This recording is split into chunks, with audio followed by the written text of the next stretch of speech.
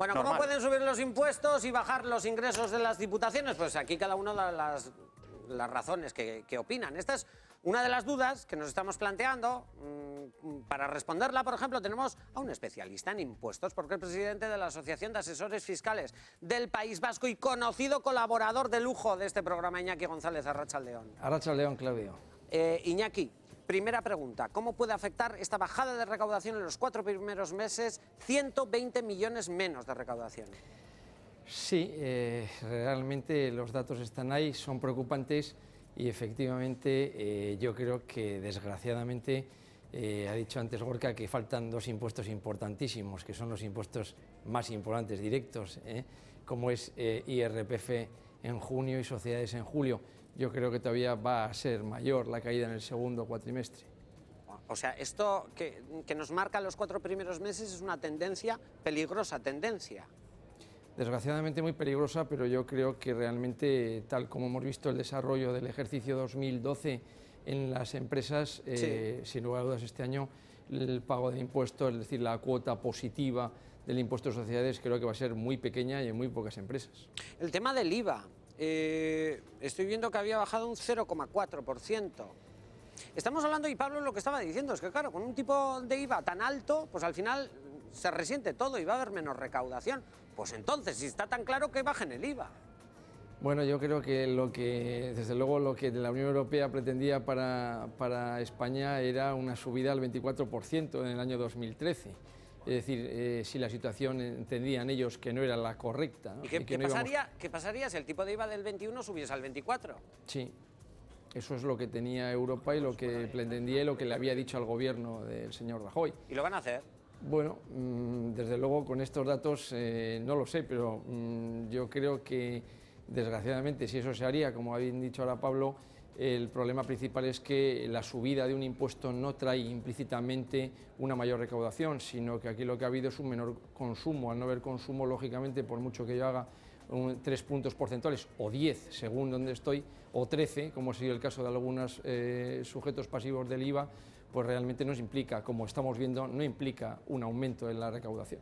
Estamos hablando, tenemos datos, han salido ahí, agradecería que pusiésemos otra vez, hemos hablado del IVA que ha descendido un 0,4, impuestos especiales, que son los que gravan tabaco, alcohol, hidrocarburos, se ha reducido un 6,9. ¿Esto qué quiere decir? Que se han dejado de ingresar, bueno, más de 34 millones. ¿Hemos ahorrado en el consumo de estos productos? Yo creo que más que ahorrar, el problema está en que hay muchísima gente que efectivamente pues, no se puede permitir, sobre todo el hidrocarburo. Es decir, no se puede permitir echar la gasolina que echaba antes o la alegría con que se podía tener antes. Efectivamente, hay un planteamiento en las familias en las cuales tenemos que llegar a fin de mes. Realmente cada vez es más complejo llegar y efectivamente es un conjunto de situaciones y de cosas las que tienen que hacerse al mes.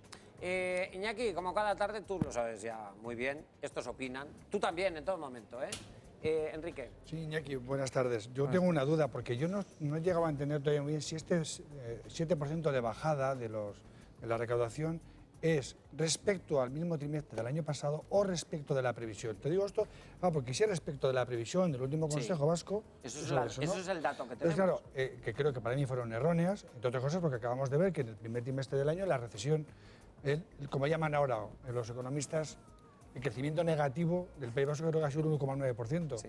Entonces, claro, con un menos 1,9% de PIB en el País Vasco es imposible que suba la recaudación. Y eso por un lado. Y luego yo sigo apostando, creo que lo he dicho aquí, llevo ya hace tiempo apuntados a esa famosa etiqueta de las redes sociales que puso en marcha precisamente el periódico El Mundo, es bajada de impuestos ya. Yo tengo la convicción, no soy ningún experto, ¿de qué impuestos? Sobre todo de los impuestos que cargan las rentas del trabajo. ¿IVA? No, sobre todo el IRPF. IRPF. Yo no sé si el IVA se podrá modular en algunos de los sectores o productos, no lo sé, sinceramente. Tengo la convicción de que... Otras veces estabas a favor de la bajada del IVA. Sobre todo del IRPF y del IVA. Yo creo que todavía en algunos productos... Bueno, creo que hasta la propia Comisión Europea ha llamado la atención a España diciendo, a modo de ejemplo, que el IVA de los comedores escolares se puede quitar. Eso ya de entrada. Yo no sé si habrá más... Insisto, no soy experto, imagino que eso lo sabrás tú.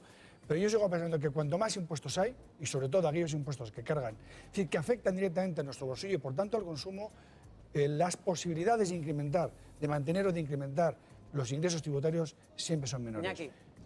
No, dices bien, es decir, vamos a ver, para que si tenemos el problema de falta de consumo, porque no hay realmente, lo que tenemos que hacer es poner en la calle dinero. Para poner en la calle dinero a todos los trabajadores, por cuenta ajena, lo que tenemos que hacer es rebajar las tablas de retenciones de las nóminas. Claro, si rebajamos la tabla de retenciones de las nóminas, la Hacienda va a generar menos dinero, pero también puede generar indirectamente por otras vías más dinero. A eso me refería. Efectivamente tiene razón, y entonces lo primero que habría que hacer es, a medida que las retenciones de personal son mayores, efectivamente hay menos dinero corriendo por la calle, y entonces efectivamente hay menos consumo. Ese sería uno de los puntos que habría que hacer realmente, tocando otra serie de impuestos que son los indirectos. Efectivamente, los impuestos indirectos no hay solamente, como decía antes, que subir 3 puntos porcentuales. Hay gente realmente que se le ha subido 13 puntos porcentuales. Entonces, efectivamente, el impuesto sobre el valor añadido tendría que ser un impuesto con un tipo positivo, sin lugar a dudas, menor, para poder hacer que empiece a correr generación de riqueza y de empleo y de inversiones. Gorka. Sí, hola, Arratsaldeon, Iñaki. Arratsaldeon, Gorka. Claro, pero ese es el pez que se muerde la cola, ¿no? Y estamos hablando de lo mismo de hace meses y meses y meses. Y aquí, claro, es una ducha de agua fría que acabamos de recibir, porque los datos nuestros han venido después de todos los demás. Los datos negativos en Euskadi ya llegan hace tiempo, pero sobre todo el último trimestre y el anterior. Y eso corresponde pues más o menos a la situación en la cual estamos, y tú mismo lo habías avisado con anterioridad, ¿no? Ahora, el tema de rebajar los impuestos, como se dice ya, a ver quién es capaz de hacerlo. Porque en una hacienda, la pregunta que te hago, la hacienda que necesita dinero, que los que pagan mayoritariamente es la clase media trabajadora, y son esos ingresos casi asegurados, que además están bajando, a ver quién es el guapo que dice ahora, yo quito esto para relanzar el consumo y a ver cuando tengo que relanzar el empleo. Por eso digo que es el pez que se muerde la cola. Estamos en una situación o todavía de stand-by, de espera, o esto va a mejorar en los próximos trimestres, como parece que dicen desde Madrid. ¿Cómo romper esa espiral, Eso es. Iñaki? Bueno, yo creo que para romper la espiral tenemos que sumar todos. Es decir, efectivamente, como bien decía Gorka, ninguna diputación va a querer hacer eso porque es una menor recaudación y efectivamente no están dispuestos. Sí que es cierto de que romper la espiral es muy compleja, pero lo que habría que hacer es hacer algo. Es decir, hacer algo significaría que alguna política, alguna medida habría que realizar.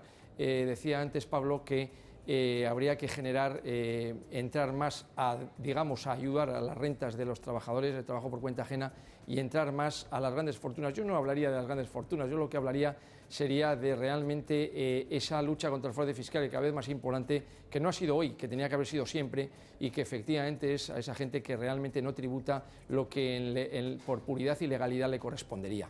Lo que hay que hacer es algo rápido, porque efectivamente si siguen cayendo, y desgraciadamente yo creo que va a ser así, si siguen cayendo los ingresos, realmente van a tener que retocar, y vamos a vernos otra vez como ciudadanos que hay toques otra vez importantes en todo tipo de sectores.